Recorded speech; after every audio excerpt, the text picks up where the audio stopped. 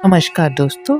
आज मैं आप सभी के समक्ष वट सावित्री व्रत की कथा प्रस्तुत करने जा रही हूँ। हर साल ज्येष्ठ मास की अमावस्या को उत्तर भारत की सुहागिन महिलाएं पूर्णिमा के दिन वट सावित्री का व्रत करती हैं।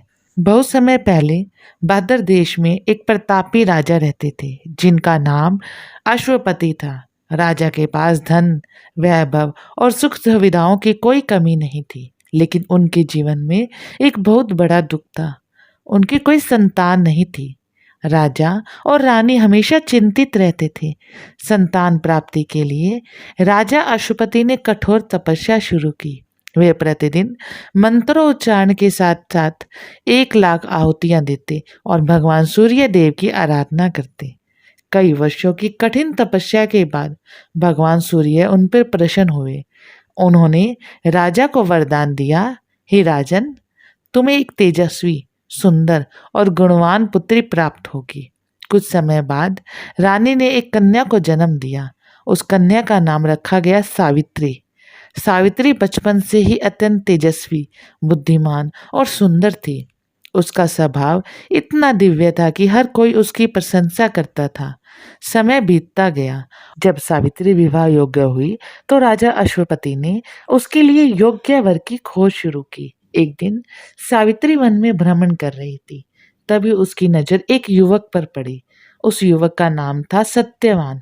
सत्यवान एक अंधे और वनवासी राजा धूमसेन का पुत्र था। वह अत्यंत सत्यवादी, पराक्रमी और गुणवान था। सावित्री ने मन ही मन सत्यवान को अपना पति मान लिया। जब राजा अश्वपति को यह बात पता चली तो उन्होंने नारद मुनि से सत्यवान के बारे में पूछा। नारद मुनि ने कहा, सत्यवान सभी गुणों से युक्त है, लेकिन उसकी आयु बहुत कम है। विवाह के 1 वर्ष बाद उसकी मृत्यु निश्चित है। यह सुनकर राजा बहुत चिंतित हुए। उन्होंने सावित्री को समझाया, लेकिन सावित्री अपने निर्णय से नहीं डरी। उसने कहा, मैंने सत्यवान को अपने मन से पति स्वीकार कर लिया है। अब मैं किसी और से विवाह नहीं कर सकती। आखिरकार सावित्री और सत्यवान का विवाह हो गया। विवाह के बाद सावित्री अपने पति और सास ससुर के साथ वन में रहने लगी। वह पूरे प्रेम और सेवा भाव से परिवार की देखभाल करती थी, लेकिन उसके मन में नारद मुनि की बात हमेशा रहती थी। उसे पता था कि सत्यवान की आयु बहुत कम है।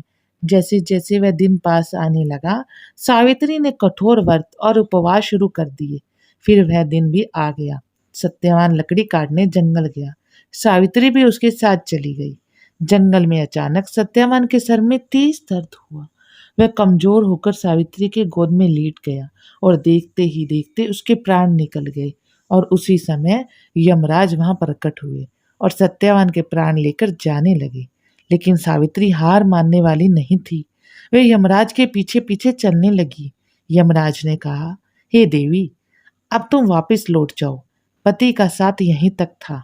लेकिन सावित्री बोली, जहां मेरे पति जाएंगे वहीं तक मैं जाऊंगी।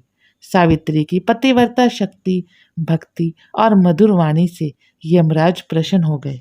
उन्होंने कहा, मांगो, तुम्हें एक वरदान देता हूँ। सावित्री ने अपने ससुर की खोई हुई आंखों की रोशनी और राज्य वापस मांग लिया।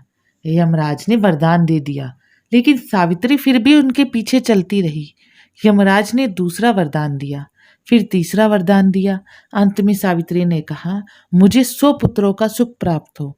यमराज ने वरदान दे दिया। तभी सावित्री मुस्कुराई और बोली, हे देव, बिना पति के मुझे पुत्र कैसे प्राप्त होंगे।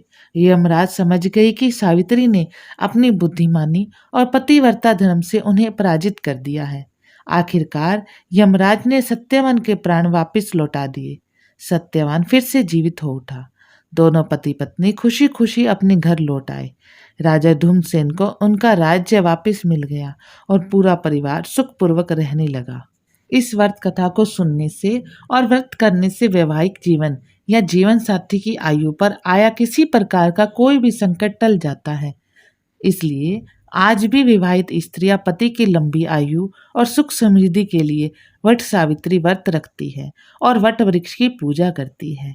जय मां सावित्री, जय वट सावित्री व्रत। अगर आपको यह कथा पसंद आई हो तो वीडियो को लाइक और चैनल को सब्सक्राइब जरूर करें और कमेंट में जय मां सावित्री जरूर लिखें।